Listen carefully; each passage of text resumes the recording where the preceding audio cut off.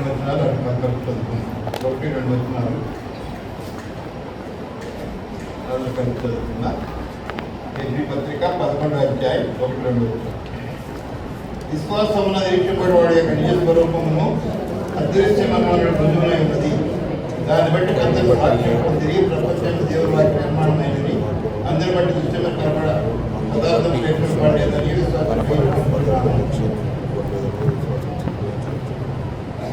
సరకుబాయి తండ్రి నమ్మకం తెలుస్తున్నాను. ఆయన సమయం మాట్లాడే దేవుడు నిర్వహించిన నాది తెలియజేసేదానికి మరుగుపరచండి. మీకు జరిగింది నా జ్ఞానం కాదు ప్రభావ, మీ చిత్తం మీకు జరిగిందని నీ బిడ్డలందరూ కూడా ప్రభావ నా విజయం చేయమని బలపరచమని ఈ సమయం దీర్ఘకార్య ప్రభుత్వం అంతా కూడా మమ్మల్ని కూడా ప్రభావ నిజమైన చేయడం సహాయం చేయాలి. యేసుక్రీస్తు ఘనమైన నామములో ప్రార్థించి పెట్టుకుంటున్నాం తండ్రి. అదే వాక్య భాగంలో విశ్వాసం అనేది మనము ధ్యానం చేస్తూనే ఉంటాము. అదే విశ్వాసం అనేది ఏంటి అంటే అనేక మంది ఫెయిల్ అవుతూ ఉన్నారు. ఎందుకంటే విశ్వాసాన్ని జాగ్రత్తగా మనము గమనించలేని వారు ఉంటున్నాం. విశ్వాసం అంటే కొందరు అనుకున్నారంటే దేవుడు ఉన్నాడు అనుకుంటున్నాం. కానీ విశ్వాసం అంటే ఏంటంటే కనబడిన నిజ స్వరూపం. కల్లో కనబడలేదు విశ్వసిస్తున్నాం, దేవుడు కనబడలేదు విశ్వసిస్తున్నాం, సైతన్య గారు విశ్వసిస్తున్నాం, మనకు కూడా కనపడలేదు విశ్వసిస్తున్నాం. ఆ విధంగా విశ్వాసం కలిగి ఉంటే తిరిగి వాక్యానుసారంగా వాక్యం అయితే ఉంది చూసి నమ్ముతున్నాం కాబట్టి దాన్ని విశ్వాసం అంటారు. ఆ విధంగా మనము విశ్వాసం ఏంటి కనపడని స్వరూపం కనపడేది కాదండి. జ్ఞానం ఉందని చూస్తానని చెప్పి జ్ఞానం చెప్తా, అది తెలిసిన మీకు చెప్పేది ఏమని అంటారు. దానికి ఏంటంటే తెలిసింది కాదు కానీ తెలియదు దాన్ని మనము విశ్వాసం అనేది చూసినట్లయితే కనపడిన వాడు నిజ స్వరూపం గ్రహించాల్సిన వారు ఉంటున్నాం. అది సమయంలో చూస్తే యొక్క వాక్య భాగాన్ని బట్టి అనేక మంది పెద్దలు సాక్ష్యం పొందిరి అంటున్నాడు. అనేక రకాల సాక్ష్యాలు ఈ వాక్యం రాయబడ్డాయి. అనేక మంది ఏంటంటే ఈ విశ్వాస వీరులుగా పట్టిక రాయబడి మనం చూస్తున్నాం. ఆ విధంగా ఈ పట్టికలో అనేక మంది విశ్వాస వీరులు దేవుని పని చేసినట్లుగా దేవుని కనపడటం మనం చూస్తున్నాం. మనం కూడా పరిస్థితి వచ్చినప్పుడు దేవుని నమ్మిన కరెక్టే కానీ నమ్మిన తర్వాత వచ్చే పరిస్థితులన్నీ కూడా ఎదుర్కోవటమే విశ్వాసం యొక్క ఫలితం అన్నమాట. ఎందుకంటే పడతాం, ఎందుకు కష్టపడతామంటే, ఎందుకు మనం అనిపించుకుంటామంటే రకరకాల ఎందుకు నిధులు వస్తాయండి. ఇవన్నీ కూడా ఏంటంటే దేవుని బిడ్డగా ఎంతైతే మనం వీటిని అనుభవిస్తామో లేక పొందుతామో పరలోకంలో మన భాగ్యము దేవుడు గొప్ప కార్యం చేసేవాడుగా కిరీటాలు ఇచ్చేవాడు ఉంటున్నాడు. అదే మనం చూస్తే విశ్వాసం ఏంటంటే నేను పరలోకానికి వెళ్తాను కాబట్టి ఈ లోకం ఎంత అయింది కాదు, కొంతకాలంలో కొంత ఎండిపోయే లోకం కాబట్టి ఈ లోక విషయం ఎంత కూడా మనము ముఖ్యం కాదు. కానీ పరలోకాలు ఎలా వెళ్ళాలను గుర్తుపెట్టుకునేవారు ఉన్నారు. ఆ విధంగా పరలోకాలు వెళ్ళాలంటే కొన్ని ఆత్మీయ విషయాలు లేక విశ్వాసంతో కొన్ని విషయాలు మనం చేయాల్సిన వారు ఉంటున్నాం. అప్పుడే నిజంగా మనం దీని యొక్క కార్యం చేయగలిగిన వారు ఉంటాం. ఆదికాండం చూడాలి దయచేసి. ఆదికాండము 4వ అధ్యాయం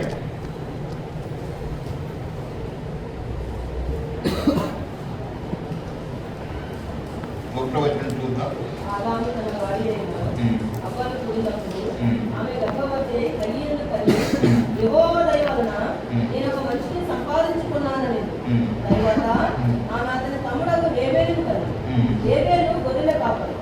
కయీను భూమి సేద్యపరచువాడు. కొంతకాలమైన తరువాత కయీను పొలము పంటలో కొంత యెహోవాకు అర్పణగా తెచ్చింది. హేబెలు కూడా తన మందలో తొలిచూలును పుట్టిన వాటిలో కృపణ వాటిని కొని తెచ్చింది. ఇక్కడ ఇద్దరు మనం చూపిస్తా ఉన్నాడు.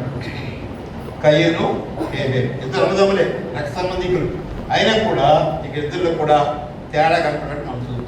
ఇక్కడ కూడా ఇలాంటి భేదాలు మనం చూస్తూ ఉంటాం. సంఘంలో అనేక భేదాలు మనం చూస్తాం. దేవుడు అంటే ఏ భేదం అనేది అంటున్నాడు, అంత సవాలు చెప్తాం, ఏ భేదం అనేది చెప్తాం కానీ మన భేదాలు మనం పెట్టుకుంటాం. దేవుడు సైతం ఏంటంటే మనం మోసం చేస్తున్నాడు కనుక ఈ విషయం నుండి ఏంటంటే ఏదో వాక్యం విన్నామో విశ్వాసం ద్వారా దాన్ని కలిగి ఆ విశ్వాసం కలిగి అలా మనం ఉండకూడదు. కానీ మనం ఉండకూడదు, అలా ఉండకూడదు చెప్పినా కూడా ఇతరులు చెప్పేవారు ఉండకూడదు. కానీ మనం కూడా తెలిసి కూడా తిరిగి మనం భేదం పెట్టుకున్నాం అనుకుంటే అది దేవునికి చెప్తాం కాదు, దేవుని వాక్యం గ్రహించాల్సిన వారు. అది మనం చూస్తే దేవుని వాక్యానుసారంగా తమ్ముడు అన్న చంపిన వాడుగా ఉంటున్నాడు. ఎందుకు చంపుతున్నాడంటే అసూయ, ద్వేషం. ఎందుకంటే అర్పణ అనేది దేవుడు అంగీకరించాడు కాబట్టి. మన కూడా మందిలో రకరకాల పరిస్థితులు ఉంటాయి. అనేక పాటలు బాగా పడతారు, కొందరు వాక్యం బాగా చెప్తారు, కొందరు అనేక రకాల పరిచయం చేసేవారు ఉంటున్నారు.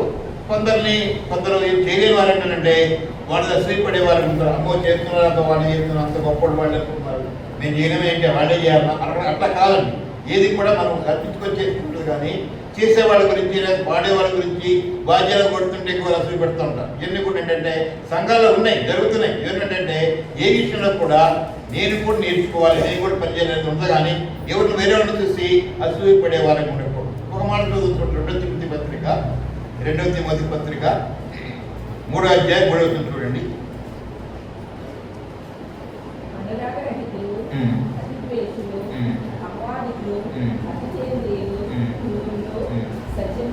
ఎవరమ్మా సజ్జన దేశం ఏంటంటే వాళ్ళు మంచిగా ఉండటమే ద్వేషించే వాళ్ళు ఉంటారు. మంచిగా ఉంటే ద్వేషిస్తారు. అమ్మ భక్తులను వచ్చారు, వాడి ముందు ఉంటారు అంటే మనం ముందొచ్చి దేవుని పని చేసినా వారు భక్తులు ఉంటారు, లేదా వాళ్ళు విమర్శిస్తూ ఉంటారు. అట్లాగంటే ఏది కూడా మనం చెయ్యాలి, కానీ వేరే వాళ్ళ విషయం మనము విమర్శించేవారుగా లేకపోతే పాయింట్ అవుట్ చేసేవారుగా లేక అసహ్యపడేవారు ఉండకూడదని దేవునికి సర్విస్తుంది. ఇన్నిసార్లు వాక్యం వింటున్నాము, ఈ సంవత్సరం ఉన్నాము, కానీ మనకి రకరకాల ఆలోచనలో ఉంటుంది. అంటే సైతంలో కోరుకుంటాడు, ఏదో కదా రేపుతూ ఉంటాడు. ఇక్కడ చూస్తే ఆయన ఇచ్చే ఆ బలి గొర్రెపిల్లని తెచ్చాడు కాబట్టి ఆయన ఇచ్చే బలి ఎంతో విలువైంది కదా. తమ్ముడు ఇచ్చింది అన్నయ్య అంటే అంగీకరించలేదు కాబట్టి అన్నకి కోపం వచ్చింది. ఆ విధంగా తమ్ముడి మీద కోపం చంపినట్టు మనం చూస్తున్నాం. ఆ విధంగా ఆత్మీయులు కూడా ఇప్పుడున్న సంఘంలో ఉన్న మనము ఆత్మీయ పనులు చేస్తూ ఉంటే ఆత్మీయ లేనివాడు కట్టె పట్టుకునేవారు శరీర సంబంధం ఏంటంటే ఆత్మీయాన్ని డిస్టర్బ్ చేస్తూ ఉంటారు. అంటే అర్థం అంటే ఆత్మీయులు కూడా ఆత్మీయ చనిపోవారు, వాడు బ్రతకూడదు. అంటే అది ఆత్మీయ చనిపోవాలి, బయట బ్రతుకుతారు, కానీ లోపల ఆత్మీయ చంపే. ఎందుకంటే ఏమి సంఘం ఏమి గొడవ ఎంత చేసినా కూడా మంచి చేసినా కూడా నన్ను విమర్శిస్తారు, ఏమి దేవుని పెట్టాలని చెప్పి మనకు విరిగిపోయేలాగా దేవుని రాలేటట్టుగా అనేక మంది యువస్తుల సంఘంలో గొడవలు ఉన్నాయి, అంటే మన సర్కలు ఉన్నాయి, కొందరు అట్లా ఉంటారు, వేరే వాళ్ళు అలా ఉంటారు, ఇలా ఉంటారంట. కానీ ఏదైనా కూడా ఏంటంటే మనం సంఘాన్ని బాగు చేయాల్సిన వారికి ఉన్నాం, లేదా మనం మాదిరి చూపించాల్సిన వారికి ఉన్నామని వాళ్ళు బాగాలని ఇల్లు బాగా చూపిస్తా, కానీ మనం బాగున్నామా? మనం బాగుండి చూపించిందంటే ఇట్లా ఉండకూడదు, మనం చూపించి నేను ఎలా ఉన్నా చూడను అలా ఉందని చెప్పాలి. అది దేవుని యొక్క చెప్తాం. అలా కాకుండా మనం కూడా అలా చేస్తూ వాళ్ళు బాగా ఇల్లు బాగాలంటే ఒక కొనలు వాళ్ళు బాగా అయిపోవచ్చు, ఒక కొన మనం బాగా అయిపోవచ్చు. కానీ అంటే అందరి రకాలు చూస్తే పాపముని విడిచిపెట్టి అని మనం చూస్తున్నాం. పాపాన్ని విడిచిపెట్టి అలాగే మన జీవితంలో ఏంటంటే పాపాన్ని జాగ్రత్తగా విడిచిపెట్టకపోతే దీర్ఘ కార్యాలు మనం చేయలేమని గ్రహించాల్సిన వారు ఉన్నాం. దేవుని పని చేయాలంటే వాడు పాపాన్ని విడిచిపెట్టినప్పుడే ఈ కార్యం చేయాలని గ్రహించాల్సిన వారు ఉంటున్నాం. హెబ్రీ పత్రిక 11వ అధ్యాయం 4వ వచనం చూద్దాం. విశ్వాసమును బట్టి హేబేలు కయ్యూల కంటే శ్రేష్టమైన బలి దేవునికి అర్పించెను. శ్రేష్టమైన బలి దేవునికి అర్పించాడు. అందుకే ఇక్కడ ఆ సమస్య వచ్చింది, చంపేసి మన జీవితంలో కూడా అలా కాకుండా కుటుంబాలు, అన్నదమ్ములు, అక్కచెల్లెళ్ళు కూడా అలాంటి భేదం ఉండకూడదు. ఇంట్లో కూడా కూతుర్లు ఒకలా, కొడుకులు ఒకలా చూడకూడదు. ఇంట్లో కూడా చెల్లి ఒకలాగా ఉంటే అన్న ఒకలాగా ఉంటాడు, ఇద్దరు కలవదు. ఆ విధంగా కూడా ఉండకుండా మన దేవుని విషయంలో ఏకత్వం కలిగిన వారు ఉన్న గ్రహించాల్సిన వారు ఉన్నారు. అది కుటుంబాల్లో కూడా అనేక రకాలుగా భార్యాభర్తల మధ్యలో కూడా అనేక భేదాలు ఉన్నాయి, రకరకాల ఆలోచనలు ఉంటాయి. దేవుడు ఎలాంటి వాళ్ళని ఇచ్చాడో వాళ్ళని మనం స్వీకరించాలి, కానీ నీకన్నా వాళ్ళు బాగున్నారు, లేదా వాళ్ళ బాగుంటుంది, నువ్వు ఎక్కడున్నావు చూడు, నీ ఎక్క బాగుంది, నీ చెల్లి, అలాంటి కూడా మాట్లాడినట్టు ఏంటంటే లోపం ఏంటంటే కంపేర్ చేస్తూ ఉంటే వేరే వాడుతుంది. అట్లా దేవుడు మనకి ఏది ఇచ్చాడో దాన్ని మనం తీసుకోవాల్సిన వారు. మన సంఘాల్లో కూడా ఏది వాక్యం వింటున్నామో దేవుడు మనకి ఇచ్చాడు కాబట్టి ప్రార్థన కూడా రావాలా, దేవుడు ఇచ్చిన వాక్యం తీసుకోవాలి. కానీ విమర్శించి అది అట్లయితే అనేది ఏంటంటే అది జడ్జిమెంట్ చేసినట్టు. జడ్జిమెంట్ అయినా రావాలన్నా వాక్యం వినాలా, ఆ ప్రకారం మార్పు పొందాలా. ముందుగా ప్రార్థించుకుని రావాలి, అయ్యా మంచి వాక్యం వినిపించుకోవా, నాతో మాట్లాడుకోవా, నాకు కావాల్సిన వాక్యం వినిపించుకోవా, మంచి సేవ చేసుకున్నావా, నడిపింపు దయచేయవా అని ప్రార్థించుకుని వస్తే దేవుడు అన్నీ అనుకూలపరుస్తాడు. మన ఇష్టసారిగా అనే పనులు చేసుకుంటూ ఇష్టసారిగా వచ్చినట్లయితే, భారం బాధ్యత లేకుండా వచ్చినట్లయితే అనేక వాక్యం రాకపోవచ్చు. దేవుడి సరే మాట్లాడుతుంటే మనకు అవిధేయతను బట్టే మనకు దేవుడు అదే ఇచ్చే పరిస్థితులు వచ్చే. ఏదో మనకు కావాలి అంటే దేవుడు చెప్పినట్టుగా మనం ఉంటే, దేవుడు చెప్పినట్టు చేస్తే గొప్ప కార్యాలు దేవుడు చేస్తే మనకు విశ్వాసం ఉంది. ఆ విధంగా మనము అనుసరిస్తే దేవుడు కార్యాలు చేస్తాడు. కానీ అట్లా లేకుండా విశ్వాసాలు మనం ఉండి మనం కోరుకునే చక్క చేయాలి దేవుడు, కానీ దేవుడు మనం చేయం, అది కాదు కావచ్చు. దానికి ఏంటంటే మనము దేవుడు ఏం చెప్తున్నా జాగ్రత్త చూసుకోవాల్సిన వారు ఉన్నాం. పెద్దలు ఒక మాట చెప్పినప్పుడు అంగీకరించేటట్టు ఉండాలి, విధేయత చూపించేటట్టు ఉండాలి. మనం చెప్పేది ఒకటైతే ఏమాత్రం కూడా అంగీకరించకపోతే మన ఆత్మీయం కాదు, ఆత్మ ఎదగలేము, ఫలించలేము. ఎప్పుడైతే విధేయత ఉండదో తగ్గించుకుంటామో దేవుడు హెచ్చించేవాడు ఉంటాడు. ఆ విధంగా మనం చెప్తున్నట్టంటే ఫలించాలి అంటే దేవుని యొక్క వాక్యం ఉండేటట్టు వస్తున్నట్టు యోహాను సువార్త 15వ అధ్యాయం 7వ వచనం చూద్దాం.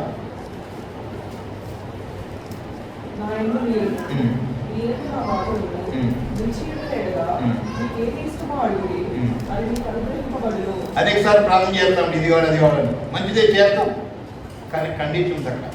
నా ఇంటి నీరును నేను నన్ను నేర్చుకుని ఏదో ఇష్టపడమంటున్నాడు. ఆ కండిషన్ మనకు మర్చిపోయి మన సొంతంగా చేస్తే అది మనకు దొరకదు ప్రార్థన చేసినప్పుడు. కానీ అందరూ ప్రార్థన చేస్తూ ఉంటాం. ఎందుకు పరిస్థితి రావట్లేదంటే ఆ కండిషన్ మన దగ్గర లేదు అన్నమాట. ఆ మాటలు మందం ఉన్నాయా, మనం ఆయనలో ఉన్నామా? ఆ విధంగా మనం సరిచేసుకోవాల్సిన వారిని విశ్వాస వీరునిగా ఎందుకు ఈ కార్యం చేయగలిగారంటే ఈయన శ్రేష్టమైన బలర్పించాడు. ఆయన దేవుని దగ్గర ఉన్నట్టు ఆయన శాస్త్రస్తున్నట్టుగా కాయం చూస్తుంటున్నారు. ఎవరైతే మాత్రం దేవుని దగ్గర ఉన్నట్టుగా మనం చూస్తున్నాం. కూడా ఆత్మీయంగా ఉన్న వారిని చంపడానికి కాదు, కానీ ఆత్మీయని బలపరిచే వరంగా మనోడు ఆత్మీయ మార్పు ఉండాలి. కానీ మన జీవితాల పట్ల చేసే కార్యాల పట్ల అనేక ఆలోచనలు పెట్టుకొని ఆత్మీయ కృంగదీసే వరంగా, లేక పెద్ద వ్యక్తులు మార్చి ఒక మాట చేసేలాగా సంఘంలో కూడా అన్ని విషయాలను మనం ఏకీవించే వారంగా దేవుని పని బలపరిచే వారంగా ఉండాలి. కానీ ఎప్పుడు కూడా ఏంటంటే మన యొక్క ఆలోచన ప్రకారం ఏంటంటే మనం చెప్పినట్టు జరగాల, లేదా మనం చేసేదే కరెక్ట్ అన్నట్టు ఉంటుంటే ఏంటంటే వేరే వాళ్ళు ఆత్మీయులు బాధపడేవారు ఉంటారు. అంటే కాకుండా ఏంటంటే అందరిని కలుపుకొని పోవాలి, అందరూ ఆలోచి చూసుకోవాలి, ఏ దేవుడు ఏం చేయాలో చేసిన బాగుంటుంది. కానీ లేకపోతే ఆ విధంగా ఏ పని కూడా జరగదు. గ్రహించాల్సిన వారు ఆలోచించిన వాడు చూద్దాం. ఎబ్రీ పత్రిక చూద్దాం. ఎబ్రీ పత్రిక 5వ వచనం చూద్దాం.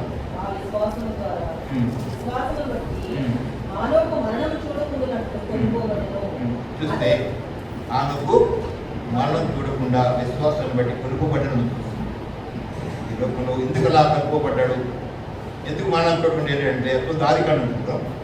ఆదికాండము 5వ అధ్యాయం 22 చూద్దాం. 22 వచ్చింది.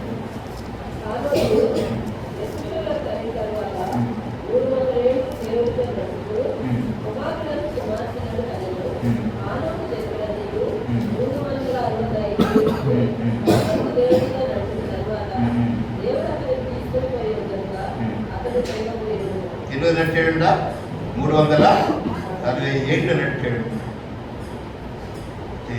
ఆమెకు దేవుడితో నడిచిన తర్వాత దేవుడు అతన్ని దేవుడితో నడవడం అనేది ముఖ్యమైన సంగతి. దేవుడు నడవంటే బలదరికి వెళ్ళేటప్పుడు ఏసు వైపు చూస్తూ అనే మాట మనం చూస్తాం. ఇంకోటి దాన్ని జ్ఞాపకం చేసుకొని మనం చూస్తుంటున్నాం. జ్ఞాపకం చేసుకుంటున్నాం. ఎందుకు జ్ఞాపకం చేసుకుంటున్నాము? ఎట్లా తండ్రి చెప్పాడో అలా కుమారుడు నడిచాడు. కుమారుడు ఎలా నడిచాడో సేవలు నడవాలా, సేవలు నడిచాడో విశ్వాసం నడవాలి. అప్పుడే కరెక్ట్గా సిస్టమేటిక్ మిలిటరీ ఎట్లయితే అనేక చట్టం ప్రకారం ఆ మిలిటరీలో వాడు వెళ్తారో లైన్గా, ఆ విధంగా మన జీవితాల్లో దేవుని ప్రాధాన్యత ఇచ్చేవారు ఉన్నారు.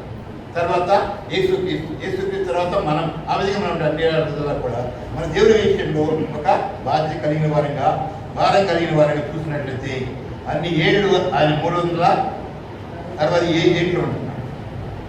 దేవునితో నడిచాడు. మరి మన కనీసం 70-60 సంవత్సరాలు కూడా 50 సంవత్సరాలు లేవు. మరి ఎంతవరకు నడిచే మనం కూడా చూసుకోవాల్సిన వారు. నడవాలి అంటే వాక్యం ఇచ్చి వినాలి, ప్రార్థన చేయాలి, అది మాకు అర్థం చేసుకోవాలి. ఆ ప్రకారం మనం దేవునితో నడవాలి, దేవుడు నడిచి నడవాలి. ఆ విధంగానే పౌలుతో మాట్లాడుతూ ఉండి అదే 1 కొరింథీ పత్రిక 11వ అధ్యాయం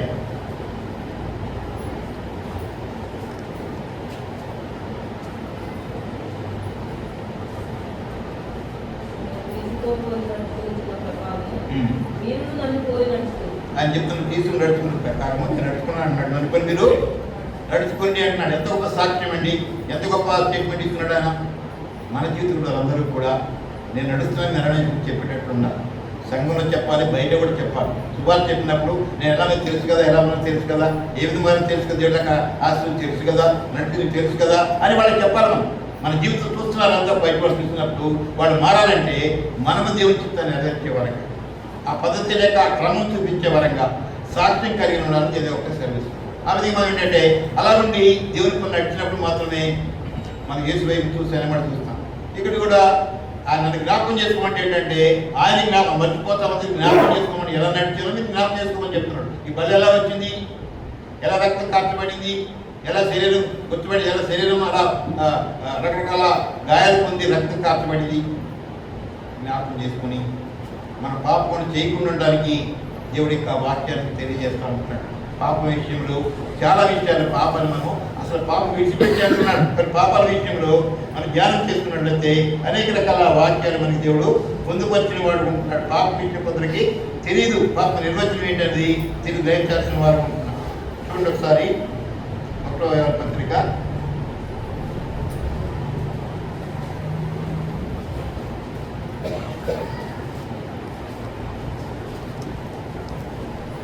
1వ అధ్యాయం 10వ వచనం చూద్దాం.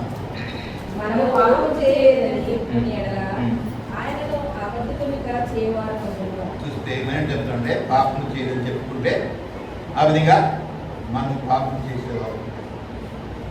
ఆ విధంగా పాపం అనేది ఎవరు చెప్పలే మనం మాటలోనో చూపులోనో తలంపులోనో ఏదో క్రియల్లో మనము పాపం అవుతూనే ఉంటుంది. ఈ పాపాన్ని తెలిస్తే మనకు కొంచెం భయం కలిగిన వాళ్ళు, అందుకని వాక్యసార్లు వాక్యాలు కూడా ముందుపరిచిన వాడు గ్రహించాల్సిన వాడు చూస్తున్నాం. రోమపత్రిక చూద్దాం 14వ అధ్యాయం 23వ వచనం.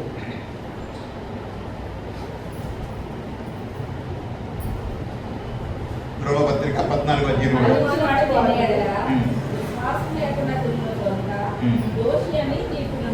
చూస్తే అవిశ్వాసం వాక్యన్నా కూడా దాన్ని ఫాలో కాకపోవటం, వాక్యన్నా కూడా ఇది కరెక్ట్ అని దాన్ని నమ్మి ఆ ప్రకారం నడవలేకపోతే అవిశ్వాసం అవుతుంది. ఇక్కడ చూస్తే విశ్వాసులు అవిశ్వాసం చూస్తే ఇక్కడ ఆయన హేబేలు విశ్వాసిగా ఉన్నాడు, కయ్యూను అవిశ్వాసి ఉన్నాడు. అందువల్ల ఏంటంటే సమస్య వచ్చింది. అక్కడ సంఘంలో కూడా దేవుడు చెప్తున్నాడంటే గురుగులో గోధుమలు ఉంటాయని చెప్పాడు. ఆ విధంగా మన దాంట్లో మనం ఎవరై ఉన్నాము, గురుగులుగా ఉన్నామా గోధుమలుగా ఉన్నామా ప్రయత్నించాల్సిన వాడు. అప్పుడు మనము సంఘము ఒక మంచి ఆత్మీయ రావాలి అంటే మన ఏ స్వభావం గ్రహించే వారు ఉండాలి. కానీ ఇప్పుడు ఏంటంటే పరీక్షించే విధంగా వాక్యం చెప్తుంది, మనల్ని పరీక్షించుకునే ఎళ్ళనే మనం చూస్తున్నాం వాక్యం. కానీ ఏం చేస్తామంటే మన ఇతరులని పరీక్షిస్తూ ఉంటారు. వాళ్ళు ఎలా ఉన్నారు, వీళ్ళు ఎలా ఉన్నారు, వాళ్ళ పరిస్థితి రెండు రకాల పరిస్థితిస్తే ఇతరులు మనం పరిశీలిస్తుంటాము, వాళ్ళు బాగా విమర్శిస్తూ ఉంటాము, ఇతరులు చెప్తా ఉంటాం వాళ్ళు అలా ఉంటారు వీళ్ళు ఇలా ఉంటారని చెప్తాం. కానీ మనం ఎలా ఉన్నాం తెలుసుకుంటే అది సైతం తెలియదు అనమాట. కానీ ఇంకో బలహీనత దాకా ఉండొచ్చు, వాళ్ళ బలహీనత ఉండొచ్చు, కానీ ఆ బలం చూపించిన మనం ఇంకోరు చూపిస్తారు మన గురించి. అవి చూస్తే మనము అవిశ్వాసం ద్వారా మనము పాపం అనుసరిస్తాం. వాక్యం తర్వాత ఆ వాక్యం అనుసరించకపోతే ఏంటంటే అవిశ్వాసమైనట్టే. ఇంకో మాట చూద్దాం, సామెతల గ్రంథము 24వ అధ్యాయం 9వ వచనం.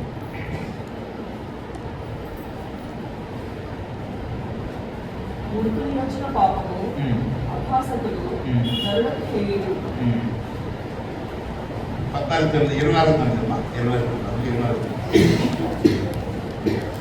సామెత 24 అభివృద్ధిని వచ్చిన పాపము అపహాసకులు నరులకు తెలియదు. చూస్తే చెడు తలంపులు అనమాట ఉంటుంది. చూస్తే ఆ విధంగా అపహాసకులు చెడు తలంపులు అంటే మన రకరకాల ఆలోచనలు కలిగిన వారు ఉంటారు. రోజంతట్లో కూడా ఎన్ని మనం రాసుకుంటే ఎన్ని చెడు తలంపులు వస్తాయి, మనకి ఎన్ని మంచి తలంపులు వస్తాయి. ఇతరుల గురించి మనం అనేక రకాల ఎస్టిమేట్ చేస్తుంటాం, ప్లాన్ చేస్తుంటాం. వాళ్ళు ఉన్నారు, వాళ్ళు చేయాలి, అన్ని రకరకాల ఆలోచనలు ఉంటాయి. ఇప్పుడు మనకు బంధువులని కూడా అందరిలో కూడా రకరకాల తలంపులు కలిగి చెడు తలంపులు కలిగి కూడా మనము దేవునికి కార్యం చేయలేని వారంగా అది పాపం అనే వాక్యం చూపిస్తుంది. అది కూడా పాపం అని చెప్తున్నాడు. అలాగే చూస్తే ఇతరులు ఒకసారి 14వ చెప్తున్నాడు. సామెతలు 14వ అధ్యాయం 21వ వచనం. తన పొరుగువారిని తిరస్కరించువాడు పాపం చేయవాడు, వేదనను కటాక్షించువాడు ధన్యుడు. చూస్తున్నాడు అనేక పరిస్థితులు ఇతరులను తృణీకరించడం. నేను చెప్పింది కరెక్ట్ అంటాడు, ఆ విధంగా ఆలోచించకుండా లేదా ఆ విషయం అది మనకు తెలియకపోయినా కూడా నాకు తెలుసు అంటాడు. ఆ విధంగా అంటే ఇతరులను తృణీకరించడం కూడా అది పాపం. ఇంట్లో కూడా మంచి అలా ఇచ్చాను కూడా భార్య తీసుకోవాలి, మనం నువ్వేది ఆడా నాకు చెప్పేదేంటి అన్నట్టు కాదు. భర్త చెప్తే నీకే తెలుసు నాకే తెలుసు అంటాడు కొంతమంది ఉన్నారు. అట్లా కాదండి. ఏది కూడా కలిసి ఎప్పుడైతే మంచి ఆలోచన తీసుకుంటారో, ఇది మంచి ఆలోచన కూర్చొని ఒక ధ్యానం చేస్తున్నారు, ఏం కరెక్ట్ అనుకుంటారు, అది చేస్తే కుటుంబానికి వేరు. కాబట్టి ఇద్దరు ఒకలాగా ఇద్దరు ఆలోచన వేరే వారు ఆలోచించుకుని ఇది కరెక్ట్ అంటే ఇది కరెక్ట్ అంటే ఆ ఇప్పుడు కూడా కలిసి ఉండలేరండి, సమస్య వస్తుంది. అందుకని మనం ఎప్పుడు కూడా అంటే ఇద్దరు తృణీకరించకూడదు. ఒకరి మాట ఒకరు తీసుకోవాలా, ఒకరు గౌరవించుకోవాలా, ఒకరి విషయంలో ఏం చెప్పమని మామూలుగా మాట్లాడుకోవాలి. కానీ చెప్పడంతో నేను అది కాదు ఇది అంటాను. అట్లా మనం తృణీకరించినప్పుడు పాపం మనం తెలియట్లేదు. కానీ అవన్నీ కూడా ఏంటంటే దేవుడి యొక్క వాక్యం చెప్తున్నాడు, పాపం అని చెప్తున్నాం. ఆ విధంగా ఇక్కడ వివరణలు జోడిస్తున్నాడు. కానీ వాటిని మనం జాగ్రత్తగా ఫాలో చేయాల్సిన వారు ఉంటున్నాం. ఒకసారి యాకోబు చూద్దాం, 4వ అధ్యాయం 17వ వచనం. కాబట్టి ఏమైనది చేయడానికి అలాగే చేయని వాటికి పాపం కలుగుతుంది. చూస్తే వాక్యం వింటాము, ఇలా చేయమని చెప్పాడు దేవుడు. అలా మనం చేయాలి. కానీ చేయలేనియో అని విన్న తర్వాత చేయాలని తెలిసి కూడా చేయకపోతే పాపం అంట. తెలిసి మనం చేయాలని సహాయం అడిగారు, చెయ్యాలా, చేయట్లేదు. దాని ఏంటంటే వాక్యం తెలిసి కూడా చేయలేనివి కూడా చేయగలిగింది కూడా చేయకపోవడం పాపం అంటున్నాం. ఇవన్నీ కూడా పాపాల గురించి మనం తెలుసుకుంటే మనకు చాలా నెమ్మదిగా గమనించాల్సిన పడుకుంటున్నాం. ఇవన్నీ అనేక విషయాలు ఏంటంటే ఏది నీతి, ఏది స్వనీతి, ఏది అవినీతి గ్రహించాల్సిన పడుకుంటున్నాం. నీతి ఉంది, దాంట్లో స్వనీతి ఉంది, అది ఒక గమనించాల్సిన. నీతిలో ఇంకోటి ఏంటంటే అవినీతి ఉంది.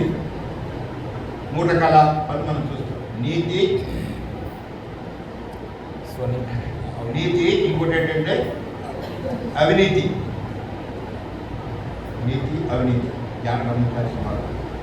స్వనీతి కూడా అట్లా కాకుండా వాక్యం ఏం చెప్తుంది జాగ్రత్త గమనించి వాక్యానుసారాన్ని జీవించినప్పుడు మాత్రమే ఆ నీతి నెరవేర్చేవాడు ఉంటాం. అసలు నీతి మంత్రులు ఎవరన్నాడని చూస్తే మా రోమపద్ధతి చూద్దాం, 3వ అధ్యాయము.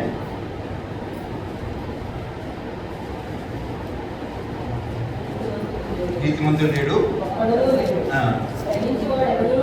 గ్రహించేవాడు ఎవడు లేడు అంటున్నాడు. ఇది మనం చూస్తే తర్వాత నీతి మంత్రులను చూస్తే తర్వాత మనం కింద చదువుకుంటే విశ్వాసం ద్వారా నీతి మంత్రులు తీర్చబడతాము, యేసుక్రీస్తు రక్తం ద్వారా నీతి మంత్రులు తీర్చబడతాం. అక్కడ ఆ ప్రేమ దేవుడు చూపించబడతాం. విశ్వసిస్తే పాపను విడిచిపెట్టుకుంటే ఇది చేయకూడదు అనుకుంటే మనం నీతి మంత్రులు తీర్చబడతాం. క్రీస్తు రక్తాన్ని ఆశ్రయిస్తే ప్రభావ తప్పైపోయింది, ప్రభావ క్షమించిన చేయకూడదు ఆయన ప్రభావ రక్తం కడిగి పోతుపత్తి మనం అంటాము. దేవుడు గొప్ప కార్యం చేసేవాడు. ఆ విధంగా చూస్తే మన జీవితంలో నీతి లేని వారు ఉంటున్నాం. ఇంకోటి ఏంటంటే నీతి విషయంలో స్వనీతి, నాకు అన్ని తెలుసు, నేను చెప్తే కరెక్ట్ అనుకుంటాడు అనమాట. దేవుడికి ఏం చెప్తుంది, దేవుడు ఏం చెప్తున్నాడు, ఎక్కడ తగ్గించుకోవాలి, ఎక్కడ కరెక్ట్ మనం మాట్లాడాలి, ఏ దేవుడి ఉద్దేశం గమనించుకొని మాట్లాడాలి. లేకపోతే ఆత్మీయంగా రక్షించబడ్డ వారంగా మన లోకంతో మాట్లాడితే అది ఆత్మీయ కాదు. ఆత్మీయ ఎప్పుడు ఏంటంటే తగ్గించుకొని ఓర్చుకొని నిదానంగా ఏది సత్యమో, ఏది వాక్యమో, ఏది ఘనమనియో, ఏది ఘనహీనమనియో అని మనం పిలుపత్తులు చూస్తాం. అని చూసుకొని ఆ పని చేయాలి. కానీ మాట్లాడాలి. కానీ మన ఇష్టం మాట్లాడకూడదు. ఎందుకంటే మనకి తాళం ఉంది నోటికి, రాకేస్తారు ప్రధాని రాకేసేది. ఆ లాక్ ఓపెన్ కావాలంటే దేవుని యొక్క వాక్యానుసారం ఆ తాళం తీసుకుంటే వస్తుంది, లేకపోతే రాదు. అది ఏంటంటే దేవుడు ఏం చెప్తున్నాడు, నేను ఏం చెప్తున్నాడు గ్రహించాల్సిన వారు. అదే మన జీవితం ఏంటంటే దేవుని యొక్క విషయంలో ఆజ్ఞ తిరిగి నా పాపం అంటున్నట్టు 1వ పత్రిక 3:4 చూద్దాం. పాపం చేయ ప్రతివాడు ఆజ్ఞను అతిక్రమించును, ఆజ్ఞాతిక్రమమే పాపము. ఇక్కడ చూస్తే ఈ మాట మనం చూసాం సాయంత్రం వరకు. ఏం పాపం ఏంటి? ఆజ్ఞ అతిక్రమమే పాపం. ఎన్ని ఆజ్ఞలు ఉన్నాయి? దేవుడు ఎన్ని మాటలు చెప్తున్నాడు, రోజుకి ఎన్ని వాక్యాలు చూపిస్తున్నాడు, ఇలా చేయమని చెప్తున్నాడు. అది చేయట్లేదు మనం.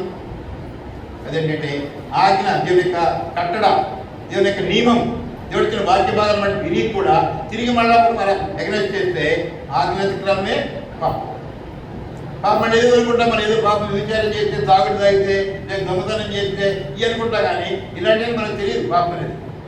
రోజుకి ఎన్నిసార్లు ఆజ్ఞ అతిక్రమిస్తున్నాము, ఎన్నిసార్లు దేవుడిని నెరవేర్చట్లేదు, ఎన్నిసార్లు మన ఆలోచన ప్రకారం పోతున్నాము, ఎన్నిసార్లు తృణీకరిస్తున్నాము, ఎన్నిసార్లు నిత్యం మనం తప్పుగా చూస్తున్నాం. అవన్నీ కూడా చూస్తే నోటి మాట ప్రకారం మాట ఎన్నిసార్లు మనం మాట్లాడుతున్నాం, ఏం మాట్లాడుతున్నాం చూస్తే ఎక్కువగా మాట్లాడడం కూడా పాపం అని దేవునికి సెలవిస్తూ ఉంది. ఆ విధంగా చూస్తే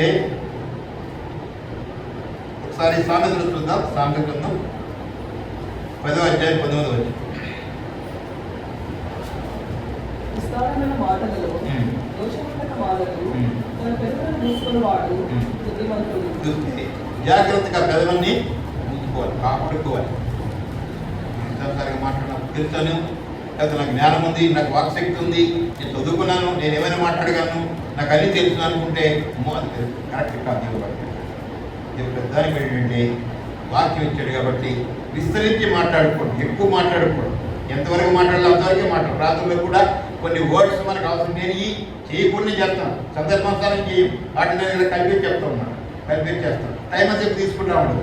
కానీ అక్కడ చేసినట్టంటే ఏమి చేయాలి చేయాలి, చేయకుండా మనం టైం వేస్ట్ చేస్తే దేవుడు ఎక్కడికి పడుకుంటాడు. పెద్దానికి కూడా ఎక్కడ ఉంటుంది అంటే ఏది అవసరం చేయాలి, కానీ అవసరం లేని మనం చెప్పకూడదు. అది మనం తెలియకపోతే మన పెద్దలు అడగాల, అది తెలుసుకోవాలి. ఆ విధంగా మనము టయాన్ని సద్వినియోగం చేసుకోవాలి, దుర్వినియోగం చేసుకో. జ్ఞానంలాగా అంటున్నాడు. మనం ఆ తర్వాత చదవనవసరం లేదు. 5:15 అన్నాడు, అజ్ఞానులు జ్ఞానులు రాష్ట్రాలకు వస్తాడు. అవి చూస్తే ఆ విధంగా మనము జ్ఞానంలాగా ఉండాలి, అజ్ఞానంగా మనం ఉండకూడదని దేవునికి సెలవిస్తుంది. ఆ విధంగా మనం చూస్తున్నట్టంటే ఎక్కువ మాట్లాడిన తప్పే, తిరిగి తప్పే, చెడు తలపులు ఎలా చేయాలి, ఏం చేయాలి, అట్లా చేస్తే వాళ్ళని మనం చేస్తాము. ఎట్లా వాళ్ళని రూపుమాపాలి, ఎట్లా వాళ్ళని నడిపి, ఎట్లా మనం వాళ్ళని డిబేట్ చేయాలి అనేక ఆలోచన చేస్తాము, ప్రయత్నాలు చేస్తాము. సంఘాలు వాళ్ళు రేపు రకరకాల బ్యాచ్లు అయిపోయారు. ఈ బ్యాచ్లు ఎలా చేయాలా, ఆ బ్యాచ్లు ఎలా చేయాలా, కోర్టుకి వెళ్ళాలా, అక్కడ ఏం కేసు పెట్టాలా, ఏ విధంగా డిబేట్ చేయాలా, ఏ విధంగా ఏం గెలవాలా, డబ్బు ఎంత పెట్టాలి నేను అనేక ఆలోచన. ఇవి కూడా అనేక మంది లోకంలో మనం చూస్తున్నట్టంటే కోర్టులు, కేసులు, పోలీసులు ఎన్ని జరుగుతాయి. ఎందుకంటే దేవునికి వాక్యానికి కాదని గ్రహించాల్సిన వారు ఉంటున్నారు. చూస్తే ఈ విధంగా ఆజ్ఞ అతిక్రమమే పాపము. అనేక రకాల ఆజ్ఞ మనము జాగ్రత్తగా వినాలి, ఆజ్ఞ భద్రపరుచుకోవాలి, ఆ ప్రకారం నడవాలి. ఆజ్ఞానికి ఆజ్ఞలు ఉన్నాయి, అన్నీ కూడా జాగ్రత్తగా చూసుకోవాల్సిన వారు ఉంటున్నాం. అనేక దుర్నీతిని ఒకసారి చూద్దాం. 1వ పత్రికలోనే 5వ అధ్యాయం 17వ వచనం. సకల దుర్నీతియు పాపము, అయితే మరణకరము కాని పాపము కలదు. చూస్తే సకల దుర్నీతి, అసలు నీతి తెలుసుకోవాలి కదా మనం, తెలుసుకుంటే దుర్నీతి తెలుస్తుంది మనం. అప్పుడు వాక్యం చదువుకోవాలి, వాక్యం వినాలి, ప్రతి కార్యక్రమం రావాలి, ఆ వాక్యాన్ని మనం తెలుసుకోవాలి. దాన్ని బట్టి ఏంటంటే రోమపత్రిక ఉంటాయంటే రోమపత్రిక చూద్దాం. రోమపత్రిక 10వ అధ్యాయం 17వ వచనం.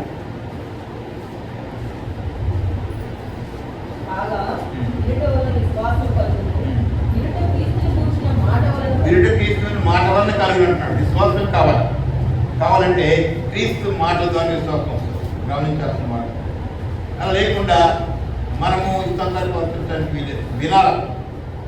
వాక్యం వింటే ఏది సత్యమో ఏది అసలు దేవుడికి తెలియజేస్తాడు. మనం ముందు ప్రార్థించుకొని వస్తాము, దేవుడు మనతో మాట్లాడతాడు, సరి చేసుకుంటాడు. ఎందుకు మందిరం ఎందుకంటే ఒకరు అంటున్నారన్నట, మందిరం ఎందుకు వెళ్ళాలి, మందిరం వెళ్ళకపోతే ఏమవుతుంది అన్నాడు. అంటే అర్థం ఏంటంటే మందిరంలో ఏం చేస్తారంటే వాళ్ళు బాగా వీళ్ళు బాగా అంటున్నారు. అంటే బాగలేని బాగలేని ఎందుకు సంఘం వస్తుందంటే బాగలేని వాళ్ళని బాగు చేయడానికి సంఘం. అందుకే సంఘానికి రావాలి. బాగులే మనం వాక్యం వింటే దేవుడు మనతో మాట్లాడతాడు. మన బలిదేవుని అడగాలి, ప్రభా నా బలిదేవుడు ప్రభా నాకు చూపించి నాతో మాట్లాడు ప్రభా, నన్ను సరిచేయినా నన్ను ఇష్టడు చేయి ప్రభా, ప్రార్థించుకుని రావాలి. అంత బలంగా దేవుడు ప్రార్థించినప్పుడు దేవునితో మాట్లాడతాడు. సరి చేసుకునే వాళ్ళు ఉంటారు. అది మనం చూస్తే రకరకాల దుర్నీతి పాల్గొని చెప్తున్నాడు.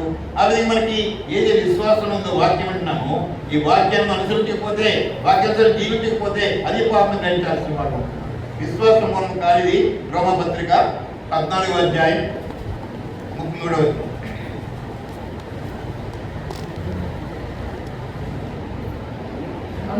వాడు విశ్వాసం లేకుండా తిరిగి కనుక దోషి అని తీర్పు ఉంది.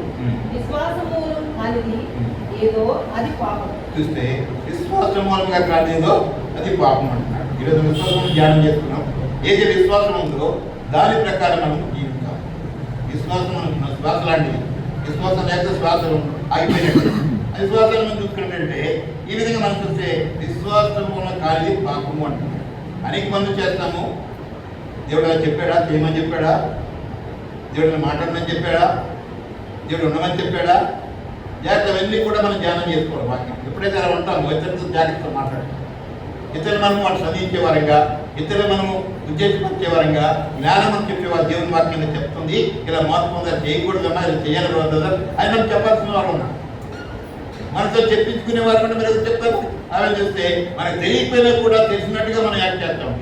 నాకు తెలుసు అంటాం.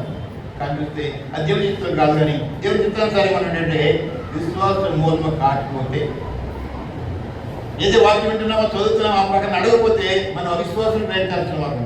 దాని ద్వారా అది పాపము అంటున్నాం. ఇప్పుడంటే ఒకటి ఏంటంటే వినటం వల్ల విశ్వాసం వస్తున్నాడు కదా, వినకపోతే కూడా విశ్వాసం రాదు. వినకపోతే పాపం, విన్నా కూడా అనుసరించకపోతే పాపం. అది ఏంటంటే దేవునికి వాక్యం చాలా తేడా మనం చూపిస్తాడు. దేవుడికి మన విశ్వాసం అయితే అన్నీ కూడా దేవుడు చెప్పిన నడుస్తాము, ఆయన సరుకులకి మార్చబడతాము, దినదినము ఫలించేవారు ఉంటాము, దీన్ని ఎదిగేవారు ఉంటాము, సంఘంలో ఉన్నాక ప్రత్యేక మనుషులుగా జీవిస్తాం. ఎందుకంటే అందరూ గమనిస్తారు మన జీవితం, మన మాటలేంటో, మన క్రియలేంటో, నడకేంటో చూస్తే ఆమె ఒక అంతగా నడిచిన మనం చూస్తున్నాం. సంవత్సరాలు దేవునితో కూడా నడిచిన, ఎందుకంటే ఆయన దేవుని పరుపేరు ఎందుకు వాక్యం రాయబడిందంటే మనకి యుగాంత ముందు శుద్ధికరణ రాయబడి మనం ఆనోకంత పిల్లల్ని కుమారుని కానీ ఆ విధంగా ఆయన దేవునితో నడిచిన వాడు కానీ వాక్యం రాయబడింది. ఆ విధంగా మన ఎంతో నడుస్తున్నామని గమనించాల్సిన ఎంత వాక్యం ఏంటంటే నడకనే. వాక్యం ఏంటంటే యేసుక్రీస్తే, వాక్యం దేవుడు యేసుక్రీస్తు లోపల ఏం చెట్టుకు వచ్చాడంటే నడిచి చూపించాడు మనకి. మన ఏదో మా వాళ్ళకి కాదు నడవలేమండి, రకరకాల పరిస్థితులు ఉంటాయి, పిల్లలు ఉంటారు, రకరకాల మాకు డబ్బు కావాలని పరిస్థితులు ఉంటాయి, అనేక అబద్ధాలు ఉంటాయి, మోసాలు ఉంటాయి అనుకుంటూ ఉంటారు. కానీ దేవుడు చెప్పాడు ఏంటంటే నేను నడిచి చూపిస్తాను లోపలికి వచ్చిన వాడు, మాది చూపించుకొచ్చాడు. అవి మన జీవితంలో పాపం చేయకుండా జీవించుతాను చూపించిన వాడు ఉంటున్నాడు. నేను పక్కన సపోర్ట్ చేస్తాను, మీకు జ్ఞానం ఇస్తాను, నడిపిస్తాను, విడుదల ఇస్తాను, అన్ని విధాలా కూడా ఏది కావాలంటే ఇస్తానని చెప్తున్నా. అన్ని వాగ్దానం ఇచ్చాడు. అలాంటి ఎన్నో కూడా వాటిని ఉపయోగించకుండా మన సొంత ఆలోచన ప్రకారం పోయి నష్టపోయేవాడు. అక్కడ చూస్తే పెద్దలు ఏంటంటే విశ్వాసం కాకపోతే, విని కూడా నడవకపోతే, మన జీవితం మార్పు లేకపోతే, ఈ సొంత జీవితంలో ఉన్నాము, ఎంతవరకు మార్పు వచ్చింది మనకి, ఎంతవరకు మనం ఎదిగాము, ఎంత పరిపూర్ణ మనం ఇమేజిన్ చేసుకోవాలి. ఇతరులు చెప్పిన మనకు కోపం వస్తుంది, ఇతరులు చెప్పాల్సిన అవసరం కూడా లేదు, చెప్పరు ఎందుకంటే తీర్చడం. అది మన ఏంటంటే మళ్ళీ మనం పరీక్ష చేసుకోవాలా, సరి చేసుకోవాలా. విశ్వాసం ద్వారానే మనము దేవునికి ఇష్టం ఉంటాం. విశ్వాసం లేకపోతే మన ఇష్టం విశ్వాసం క్రియలు అనే విశ్వాసము మృతము అంటారు. అవి మన జీవితం అంటే విశ్వాసం ఉందని క్రియలు మన జీవితంలో ఉండాలి. అనేక కార్యక్రమాలు ఉన్నారు, మందిరం రమ్మని చెప్తున్నాం, కార్యక్రమం రారు, దేవుని వాక్యం వినరు. విన్నా కూడా రకరకాల పరిస్థితులు ఏంటంటే ఈ లోక సంబంధం మాట ఏంది మనసు నుంచేవారుగా, లేకపోతే లోక పరిస్థితులను మన జీవనోపాధి విషయానికి ఆలోచించేవారు. దేవునికి విషయంలో, దేవుని కార్యాల విషయంలో మనం ఎక్కువగా దేవునికి సమయం విజయపడుకుంటున్నాం. అందువల్లనే అనేక సార్లు మనము పేరైపోతూ ఉంటున్నాం. భక్తి హీరులను మనం చూస్తున్నాం. భక్తి పరులు ఏదో వాక్యం వింటున్నామో భక్తులు ఏం చేస్తారు, చెడును అసహించుకుంటారు, చెడును వదిలిపెట్టేస్తారు, మంచిని అవలంబిస్తారు. ఎప్పుడైతే చెడుని మనం ఉంచుకుంటున్నామో అది భక్తిహీనతని మనం చూస్తున్నాం. చదువు ఒకసారి శాంతి గ్రంథము 10వ అధ్యాయం 16వ వచనం.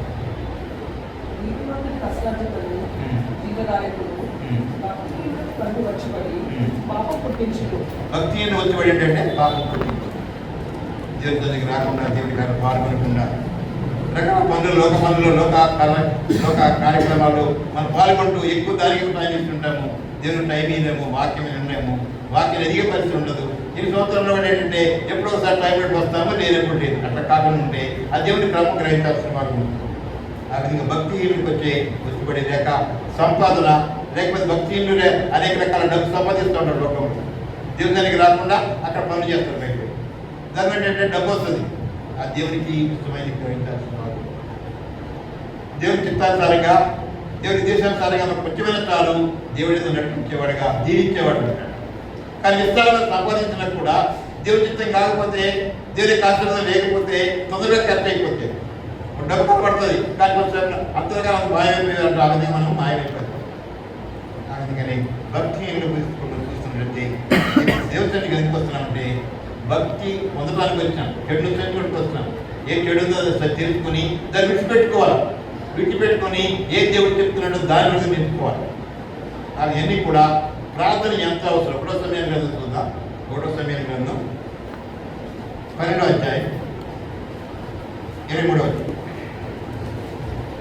నా మటుకు నేను ఈ నిమిత్తము ప్రార్థన చేయటం మాత్రమే యెహోవాకు విరోధంగా పాపం చేసిన వాడినను. ప్రార్థన చేయకపోతే కూడా చూస్తే ప్రార్థన ఎంతమంది చేస్తున్నామండి, చేస్తున్నాం కదండి అంటారు. సంఘ ప్రార్థన రావాలా, ఇంట్లో సొంతగా ఇంట్లో ప్రార్థన చేసుకోవాలా, ఆ తర్వాత సహోదరులు పెట్టి ప్రార్థన చేయాలా. ఆ విధంగా ఎప్పుడు కార్యక్రమం ఉండేవి అన్నింటిలో కూడా ప్రార్థనలు పాల్గొనేవారు. అప్పుడు అప్పుడే దేవుని కార్యం జరుగుతుంది. క్రమం ఈ క్రమానికి ఏం పెట్టాడంటే ఎక్కడ బలహీనం అవుతుందని బలపడటానికి ఈ రకాల కార్యక్రమం దేవుడు ఏర్పాటు చేసేవాడు. ఆ విధంగా మన విశ్వాసం ద్వారా విశ్వాస వీరు పట్టి చూసినట్లయితే అనేక రకాల పరిస్థితుల్లో వాళ్ళు ఎంతగా పనులు చేశారంటే అంతగా బలవంతం చేసిన మనం చూస్తున్నాం. ఒకసారి 1 యోహాను పత్రిక 1వ అధ్యాయం 10వ వచనం చూద్దాం. 1 యోహాను పత్రిక మనం పాపము చేయలేదని చెప్తుంది కదా, ఆయనను అబద్ధికునిగా చేయమని నేను బాగున్నాను, నేను పాపం చేయలేదంటే ఎవరు అబద్ధికుడు? దేవుడు అబద్ధికుడు. ఆయన చూపిస్తున్నాడు పాపం ఇది పాపం ఇది పాపం చేయమని చెప్తున్నాడు. మళ్ళీ తీసుకుని నేను బాగున్నానంటే దేవుడు అబద్ధికుడు అవుతాడు. దేవుడిని అబద్ధికుడే చేసే పరిస్థితి కొంతమంది నేను బాగున్నాను అనుకుంటాను. ఏంటంటే నువ్వు బాగున్నావు అంటాడు, నువ్వు బాగున్నావు, చదువుకున్నావు, తిరుగుతున్నా వస్తున్నావు, సాధన చేస్తున్నావు అని నాకు ఉన్నా కూడా వాళ్ళు గొప్పగా పొగిడేవాడు. అందువల్ల వాడు ఏంటంటే నేను బాగున్నావు అన్నది నాకు మార్కులు వేసుకుంటాను అనమాట. ఇతరులు మనం చెప్పాలి, నేను ఎలా ఉన్నానో ఇతరులు నాకు చెప్పాలి. నేను చెప్పడానికి నాతో నేను చెప్పుకుంటే అది సాక్షి కాదు. అలా మన జీవితం ఎలా ఉంది? ఇతరులు మన గురించి సాక్ష్యం చెప్పేవారు ఉన్నారా? లేదా ఇతరులు మనం దృష్టించే వారికి నిందించేవారు ఉన్నారా? గమనించేవారు. విశ్వాసంలో మన జీవితంలో విశ్వాసం అంటే ఏంటి, ఎలా ఉన్నారు అన్నట్టు ఇతరులు మనకి సాక్ష్యం చెప్పేవారు. నా సహోదరు ఉందంటే ఆ సహోదరు ఉన్నారంటే బలంగా ఉంటాడు, దేవుడి చిత్తసారి ప్రార్థన చేస్తాడు, దేవుడి తల్లికి వస్తాడు, కార్యక్రమంలో అన్నీ కూడా ఆయన కరెక్ట్ ఉంటాడు. మన జీవితంలో దేవుడి నుండి వస్తున్నామంటే ఏంటంటే మనలో మార్పు ఉండాలని దేవుడు కోరుకుంటున్నాడు. ఆ విధంగా మన జీవితాలు అనేక పరిస్థితి చూస్తే ఒకసారి అబ్రహాము చూద్దాం. హెబ్రీ పత్రిక 11వ అధ్యాయం 7వ వచనం చూద్దాం. అబ్రహాము నిలబడినప్పుడు విశ్వాసమును బట్టి ఆ విశ్వాసముకు లోబడి తాను విశ్వాసముగా పొందిన ప్రదేశములకు బయలువెళ్ళెను. ఎక్కడికి వెళ్ళవలెనో అది ఎరుకగా బయలువెళ్ళెను. చూస్తే దేవుడు చెప్పాడు అబ్రహాము విశ్వాస లిస్టులో ఉన్నాడు. ఎక్కడికి వెళ్ళలో ఎందుకు వెళ్ళాలి కూడా దేవుడు అడగలేదు. ఎక్కడికి వెళ్ళమంటే వెళ్ళిపోయి పడుకుంటాడు. ఇప్పుడు పిల్లలు పని చెప్తే ఎక్కడికి వచ్చి మనకు ఎంత కావాలా, ఏంటి, ఇదేంటి, అదేంటి వాటి కొంచెం మనం వాడికి బలపరచాలి. అలాంటి మన చూసాలని దేవుడు చెప్పినప్పుడు అబ్రహాము ఒక్క విషయం అడగలేదు కనుక ఆయన చెప్పినట్టుగా వెళ్ళినట్టు మనకు అది విశ్వాసం గుర్తు. విశ్వాసం ఏం చేస్తారంటే ఏం చెప్పాడో అది చేస్తాం. సంఘంలో కూడా ఇప్పుడు ఏది తింటున్నామో అది మనం చేయాలి. విశ్వాసం అది అలా చేయకుండా విశ్వాసం యొక్క లిస్టులో మనం రావాలంటే వీరు లిస్టులో రావాలంటే దేవుడు ఏం చెప్తే చేయాలి. ఆ విధంగా ఆయన జీవితంలో అంత గొప్పడ ఇంటి కూడా పెద్దవాడ ఇంటికి కూడా సీనియర్ అయ్యింటికి కూడా ఎక్కడ ఇవ్వడానికి పోయినట్టున్నాడు. నేను సీనియర్ని ఇది సొంతంలో నేను నాకేంటి నువ్వు చెప్పేది నాకు అన్ని తెలిసిందే అంటే కాదండి. ఆ విధంగా అంటే ఏ దేవుడు చెప్తున్నాడు ఆ సమయానికి వాక్యాన్ని ఫాలోటెట్ ఉన్నారు. ఆ విధంగా అబ్రహాము జీవితంలో దేవుడు చెప్పిన విధేయత ఎంత గొప్పదో ఒకసారి గ్రహించాల్సిన వారు ఉంటున్నాం. ఇంకో మాట చూద్దాం. ఆదికాండము 22వ అధ్యాయం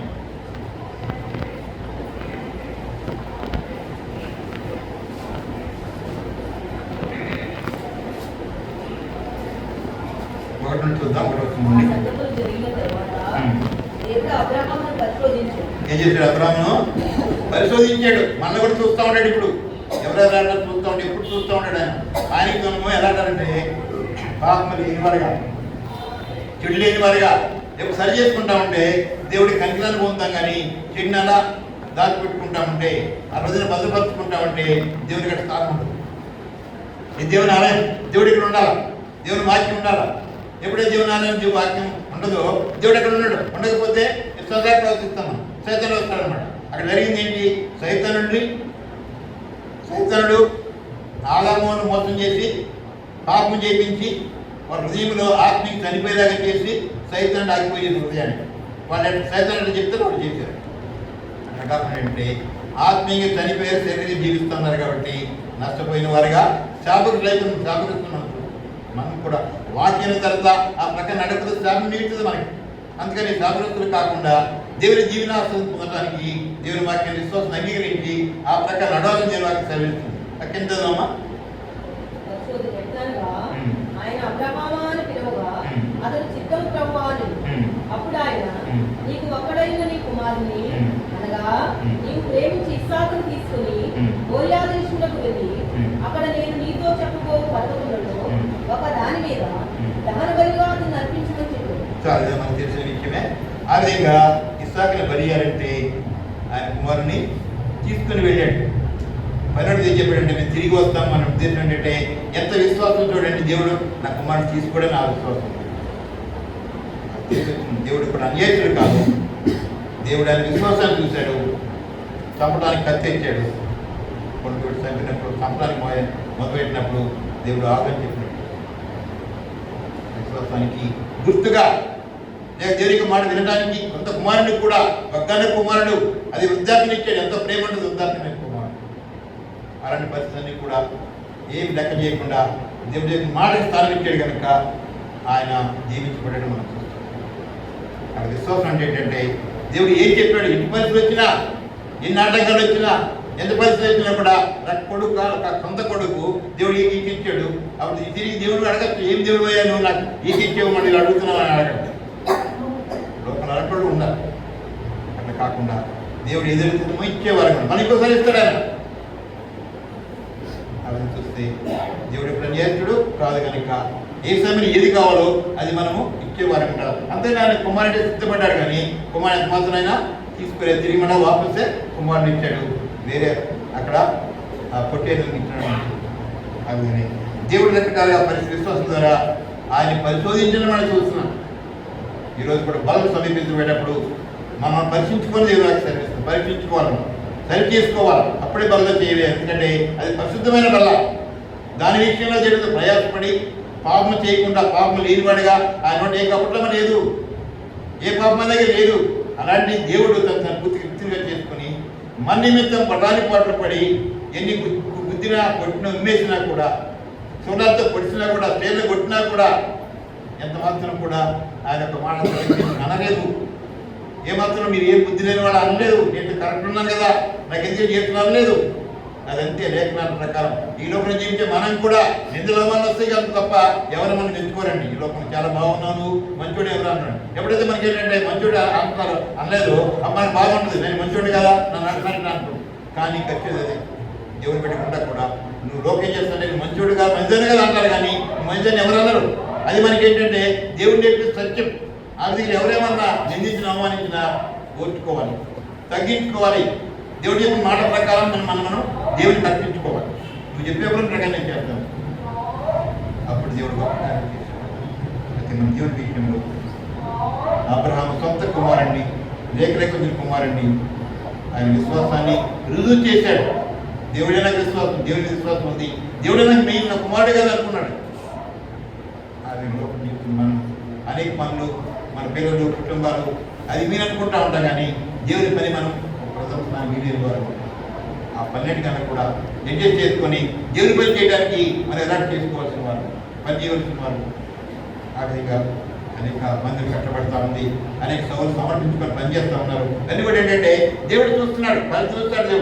దేవుడు వదిలిపెట్టాడు. ఆమె మనం చేస్తున్న పరిచయం ఏంటంటే దేవుని దగ్గర మనకి ఫలితం ఉంటుంది గ్రహించాల్సిన వారు. మంచిని మెచ్చుకోవాలి, మంచి నాకు గొప్ప అని చెప్పాలి, లేదా బాగా చేస్తాను అనుకోవద్దండి. ఎప్పుడు కూడా మనకి ఏం చేసినా కూడా దేవుని పెట్టే మనకి ఏంటంటే బాగలేదంటే అంటాం తప్ప బాగులేదు ఎవరన్నారు. ఏం చేసినా దేవుడి దగ్గర ఉండే లెక్క మనకి. అదేంటే మనం దేవుడి చిత్తానుసారంగా పనిచేయాల్సిన వారు ఉన్నాం, దేవుడు చూస్తున్నట్టు గ్రహించాల్సిన వారు ఉంటున్నాం. ఎందుకంటే ఆయన కనిపించిన వాడు కాలకుండా చెవికి వినకుండా అనమాట చూస్తున్నాడు. ఆయన మనల్ని సృష్టించిన దేవుడు కనుక ఆయనకి చెవులు ఉన్నాయి, కళ్ళు ఉన్నాయి, అన్ని పరిశ్రమలు ఏమన్నా అన్ని కానీ గ్రహించి కలిగిన వాడు ఉంటున్నాడు కనుక ఆయన దగ్గర మనం రుచి మనం ప్రయత్నం చేసుకున్నప్పుడు రుచి చేసుకునే వారంగా, విశ్వాసం కలిగిన విశ్వాసం కలిగిన వారుగా మన దేవుని దగ్గర సమర్పించుకునే వారు. ఆ విధంగా ఆయన దేవునికి చిత్తానుసారంగా మన దేవునికి ఇష్టమైన వారు దేవునికి వాటిని తెలుస్తున్నాం. ఆ విధంగా మనం చూస్తే విశ్వాసం ఇచ్చినప్పుడు 25 చూడండి, ఎబ్రీ పత్రిక 11 వచ్చిన విశ్వాసము బట్టి జరగబో సంగతుల విషయమే యాకోబును ఏశావును ఆశీర్వదించెను. చూసినట్లయితే జరగబో సంగతులన్నీ కూడా గ్రహించిన వాడుగా వాడిని ఆశీర్వదించినట్టు వారిని ఇస్సాకు ఎంతో జ్ఞానం దేవుడిచ్చి ఆ పిల్లల విషయంలో ఎలా ఉండాలో కూడా ఆశ్రయించిన వాడు ఉంటున్నాడు. ఆ విధంగా ఆయన ప్రవచించినట్టుగా లేకపోతే ఆయన దేవుడి చిత్తాన్ని నెరవేర్చడం చూస్తున్నాం. అది కన్నా చూద్దాం. 27వ వచనం. 27 వచ్చి 27 అధ్యాయం 27 వచ్చి అతని దగ్గరకు వచ్చి అతని ఇంటి పెట్టుకుని అప్పుడు అతని వస్త్రములను వాసన చూసి అతను దీవించేట్లని ఇదిగో నా కుమారుని సువాసన యెహోవా దీవించిన చేతి సువాసన వలె ఉన్నది. అనేక రకాల విషయాలు దీవిస్తూ వచ్చాడు. యాకోబు ఏసావు మోసవాడిగా ఉండేవాడు. ఆయన మన జీవితంలో యాకోబుని మోసగాడైన యాకోబుని ఇశ్రాయేలుగా మార్చినవాడు. దేవుడు చెప్పినప్పుడు ఏంటంటే మనం యాకోబులా ఉండొచ్చు, కానీ దేవుడు ఏం చెప్తాడు? ఇశ్రాయేలుగా మార్చుతాడు. అందుకే దేవుడి దగ్గర రావాలి. అవి దేవుడు మనని దర్శిస్తూ ఉంటాడు. ఎలా ఉన్నారు వీళ్ళు, నా పిల్లలు ఎలా ఉన్నారని సరి చేయడానికి దేవుడు చెప్తాం, కానీ మనం సరి చేసుకున్నట్టు రావాలి. ఏది వినిపోవడానికి కాదండి. పశ్చాత్తాపడి వాక్యానుసారంగా సరి చేసుకునే వారంగా దేవుడు మొరపెట్టుకునే వారంగా నా జీవితం ఇది ప్రభావ, నేను ఎలా ఉన్నాను, నా పరిస్థితి ప్రభావ దేవుడి దగ్గర మొరపెట్టుకుంటాము. ఆ విధంగా మనం దేవుడు సమర్పించుకుంటాము. గొప్ప కార్యాలు దేవుడు చేస్తాం. ఆ విధంగానే పాట పాడుతుంటాం. అర్పించుకుంది నీకు అంటాం, పాట పాడతాం, బాగుంటుంది. అప్పుడు గ్రహిస్తున్నాము, అర్పించుకుంటాం ఆయనకి, లేదా మన సొంత అనుకుని చేస్తున్నాము. ఆ విధంగానే ప్రధానికి కూడా ఏంటంటే వాక్యంతో మనం సరి చేసుకునేవారుగా, వాక్యాన్ని మనము జాగ్రత్తగా గమనించేవారు మన జీవిత వాక్యం సరిచేస్తుంది. ఆ విధంగా చూస్తే ఒకసారి రేఖమాకాండం చూద్దాం. 12వ అధ్యాయం 3వ వచనం.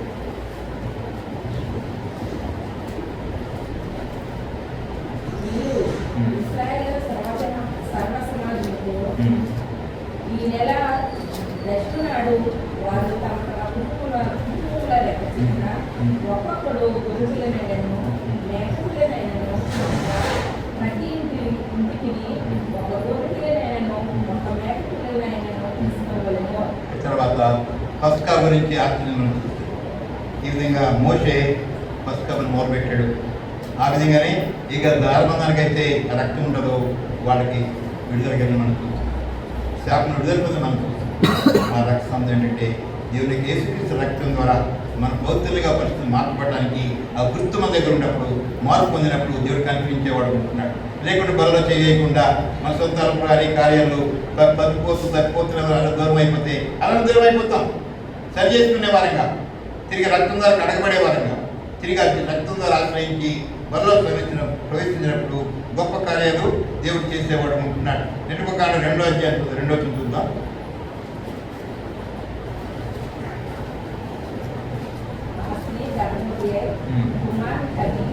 వాడు సుందరుడైన చూసి 3 నెలలు వాడిని దాచిన తర్వాత ఆమె వాడిని దాచలేక వాడి కొరకు ఒక జమ పెట్టి తీసుకుని దానికి చెట్టు మనము తీయము పూసి అందులో ఆ పిల్లవాడిని పెట్టి ఏటి ఎదున జమ్ములో దానిని పెంచగా.